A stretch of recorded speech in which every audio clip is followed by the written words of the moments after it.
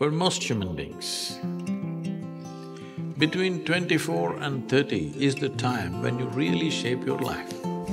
Life is going tick-tock.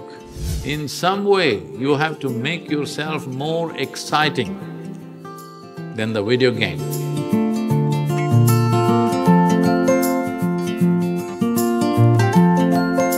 If you tend to it properly every day, it will turn out to be something.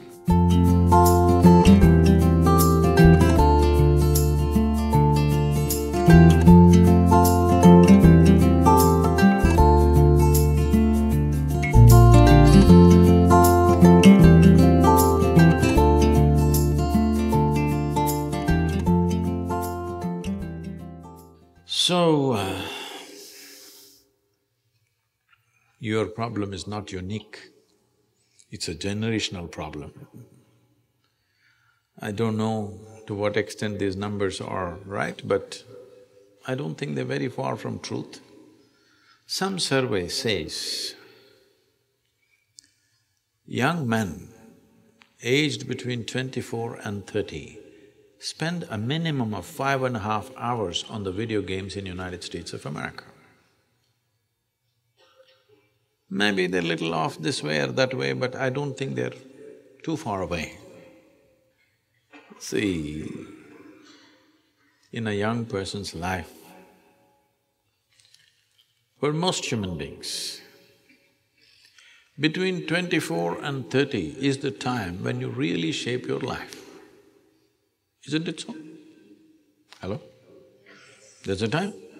Most people have just finished their education and that's the time they're really shaping their life, one way or the other. Whether you're going into your profession or crime or politics, I don't know what's your choice, but that is the time you're shaping your life. At such a time, a crucial time in one's life, they're spending 5.5 hours on an average on playing some silly game of shooting people or shooting ducks or something, all kinds of weird things. I don't even know what else is there. I know only by what other people have told me. I have never played a goddamn game. I like games, but I have never played a video game because other things have kept me busy. I'm not saying it is completely wrong. It's a generational thing. Digital technology is new and all kinds of things happening on the screen, which is far more active than what's happening in the world, so it keeps people engaged. This is not a moral issue. This is a mental issue. Do you want to be a moron playing things which doesn't get you anywhere? All you do is bing in the end. Playing with yourself and playing with a machine, or life is going tick-tock.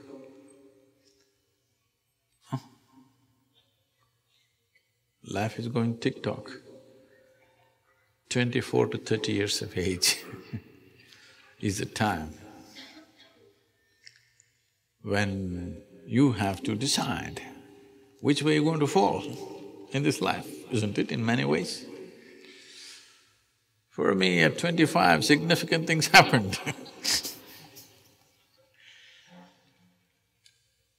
So this is not about making something wrong, that's not the point.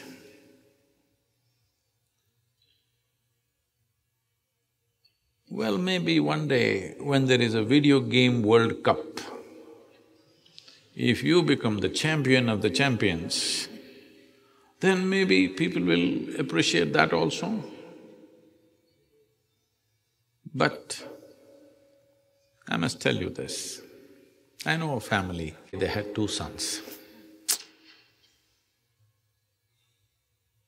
And one of them, the other one I don't want to talk about, one of them invests only in video game companies, all right? And he plays video games nearly 12 to 14 hours a day.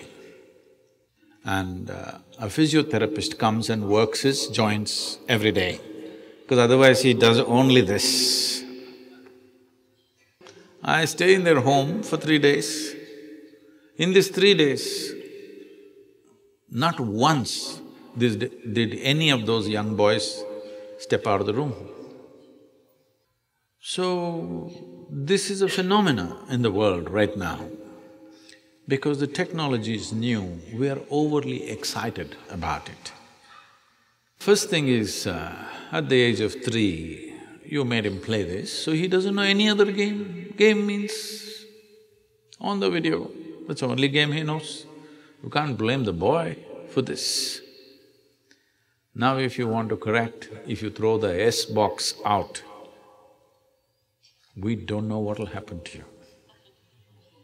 When people get hooked onto something, really hooked onto something, you try to go in the way, they want to kill you for sure, isn't it?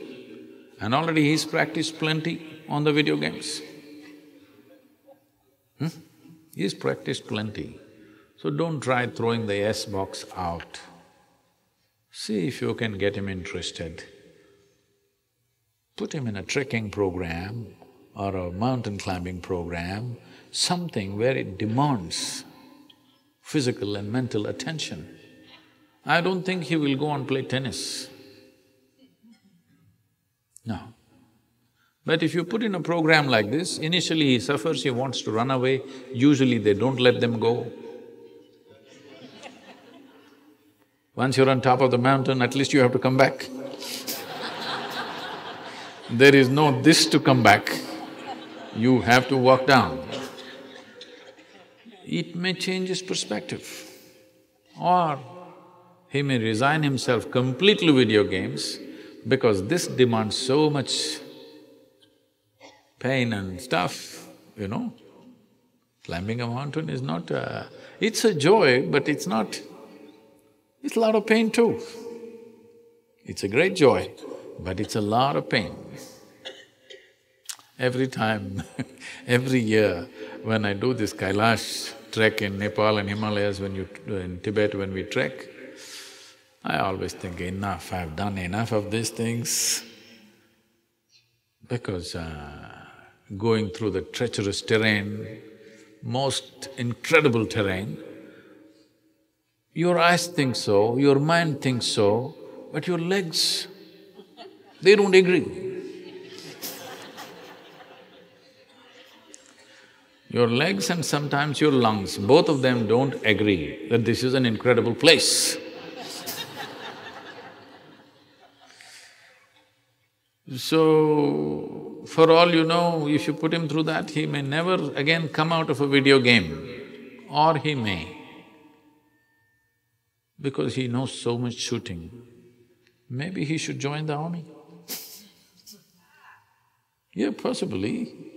You want to shoot, you must at least be in the army because at least you're shooting for a cause. Otherwise, you may start shooting on the street. So, if army is not possible, maybe a policeman, at least you can carry a gun. Maybe you don't get to shoot much. I'm not trying to joke about this, but this is a painful reality that this generation of people are going through.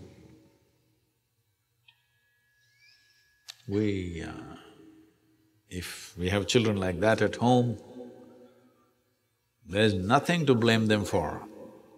It's we who've done this. Because a lot of people gave video games to their children because they want to go to the party, they want to do something else, you want to live your life, but this one demands attention. You yourself are dying for attention, but this one demands attention who's just come. So you give him something that engages him, it will lead to lots of things. And there's also a peer situation. His friends are playing S-box. if you don't bring the wire box for him, he will create certain situations. So this is why a lot of people did not understand this probably. I said, repeatedly I'm saying and I'm saying again, see, you are not a tiger, nor are you a panda. I'm saying you are not an endangered species. It is not compulsory that all of you should reproduce. There is no such thing. Those who think they want to have children and dedicate a certain amount of… considerable amount of time to raise another human being who will be better than them, they should do it, because after all, human generations need to happen. But it's not compulsory that everybody must have a child. So, if we want to produce children, we must be willing to allot a certain amount of time. Accidentally they turned out well, that's not the point. It's not right. Once we take charge of a new life, a fresh life, we must be willing to give a certain amount of time, energy and the focus that is required to nurture this life in the best possible way, isn't it? So one thing, if you want to wean your child off these kind of things, whether it's video games or television or something, in some way you have to make yourself more exciting than the video game, than the television, than something else. You have to make yourself that kind of a person, they want to be with you.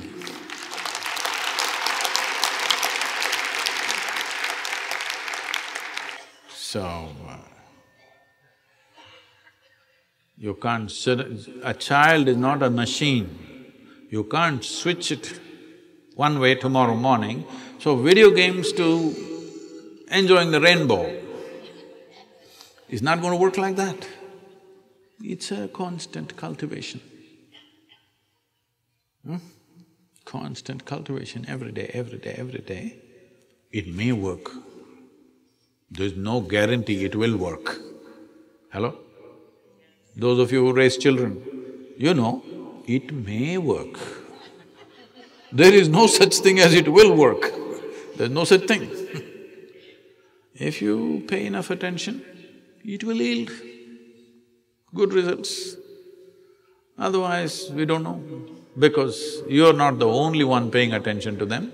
There are so many others who are also paying attention, and they may be more impressive than you.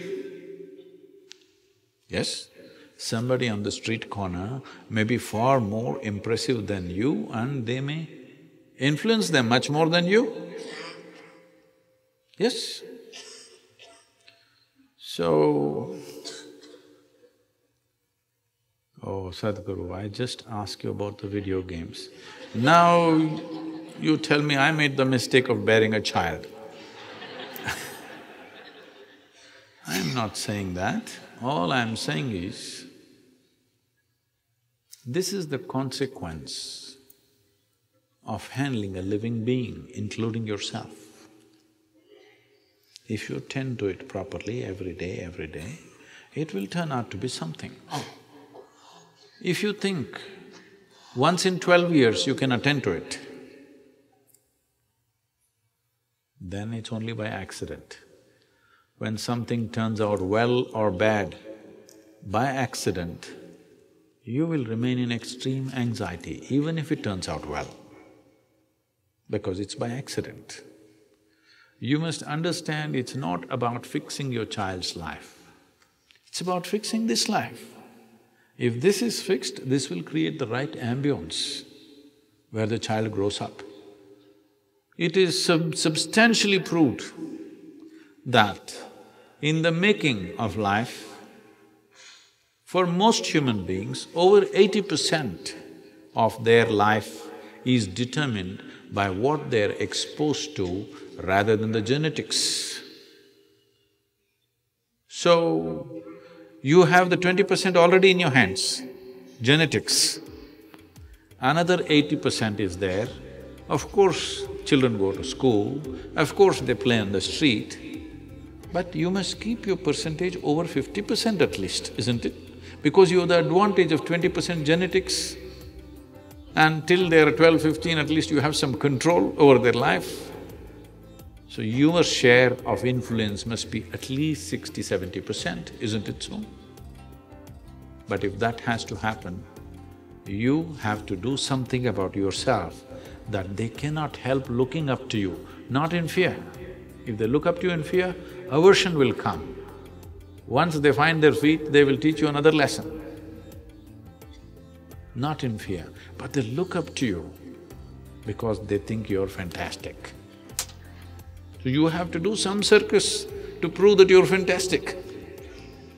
That they start looking up to you in such a way that they will allow you to influence them.